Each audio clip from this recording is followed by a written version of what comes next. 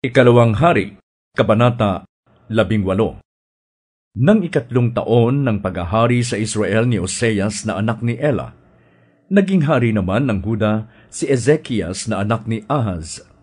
Siya'y 25 taong gulang noon at 29 na taon siyang naghari sa Jerusalem. Ang ina niya ay si Abi na anak ni Zacarias.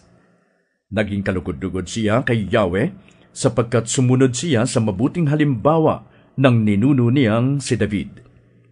Ipinagiba niya ang mga dambana sa mga sagradong burol at ipinasira ang mga sinasambang haligi, pati ang rebulto ni Asherah.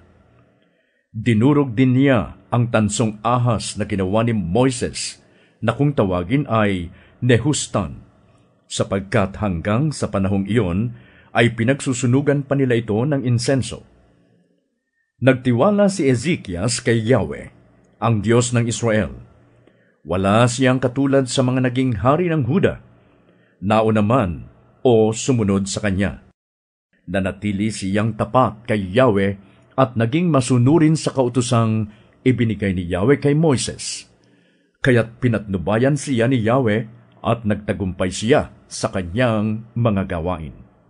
Naghimagsik siya sa hari ng Assyria at tumangging pasakop dito.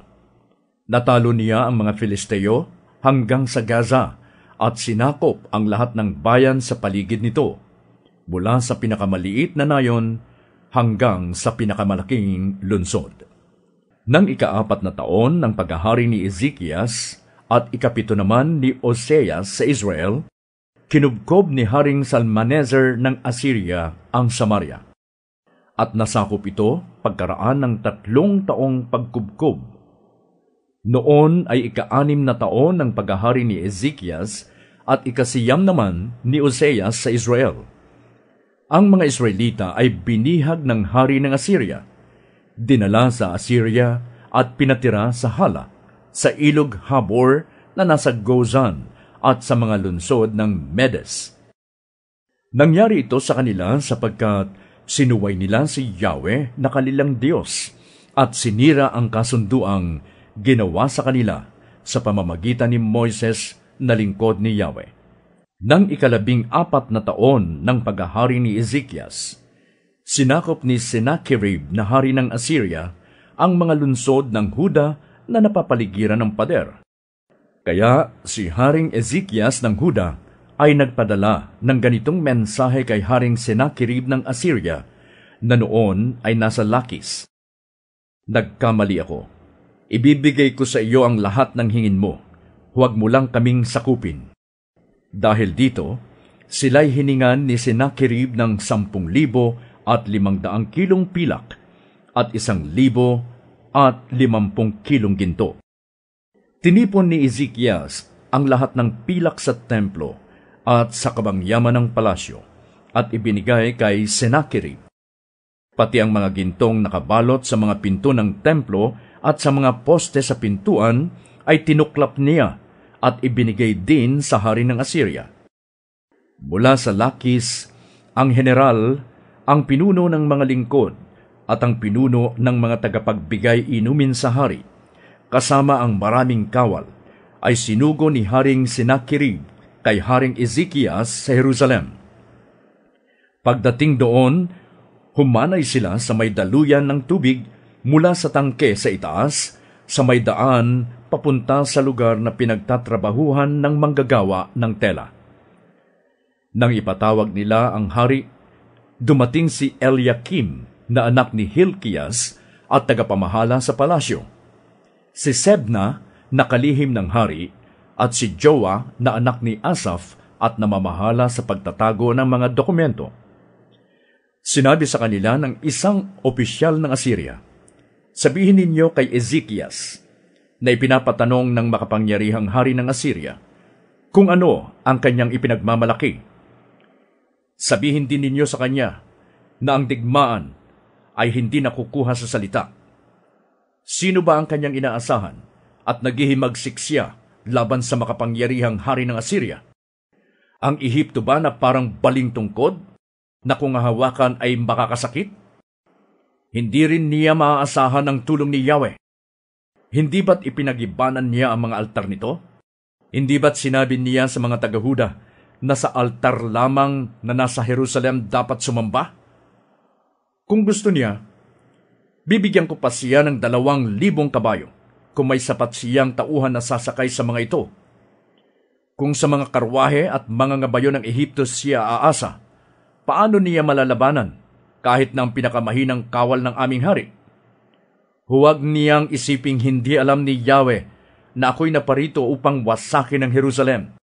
Siya pa nga ang may sabi sa aking, salakayin ko ito at wasakin. Sinabi ni na Eliakim, Sebna at Joa sa opisyal ng Assyria, nakikiusap kami sa inyo na sa wikang Arameo na lamang ninyo kami kausapin, sapagkat naiintindihan din namin ito. Huwag ninyo kaming kausapin sa wikang Hebreo, sapagkat nakikinig ang aming mga kababayan na nakatira sa tabi ng pader ng lungsod. Ngunit sinabi ng opisyal, ito'y hindi lamang ipinapasabi ng aming Panginoon sa inyo at sa inyong hari, kundi pati sa inyong mga kababayan, sapagkat pare-pareho kayong kakain ng inyong dumi at iinom ng inyong ihi.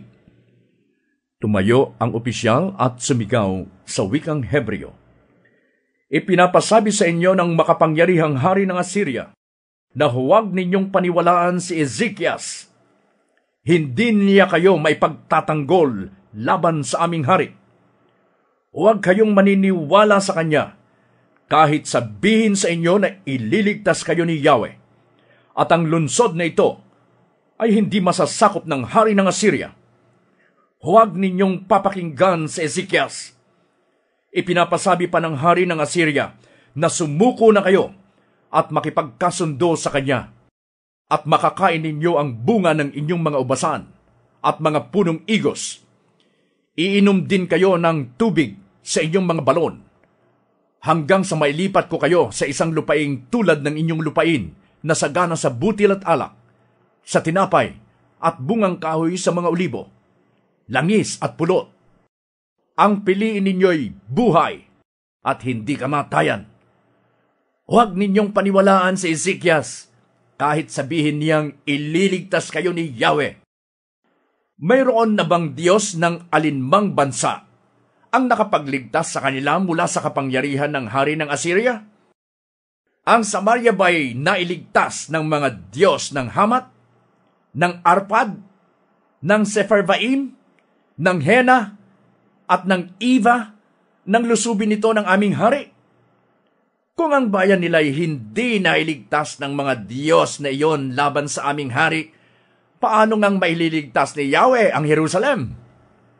Hindi sumagot kahit isang salita ang mga tao, sapagkat iyon ang bilin ni Haring Ezekias. Pinunit ni Sebna, Joa, at Eliakim na anak ni Hilkias ang kanilang kasuotan at nagbalik kay Ezekias. Isinalaysay nila sa hari ang sinabi sa kanila ng opisyal ng Assyria.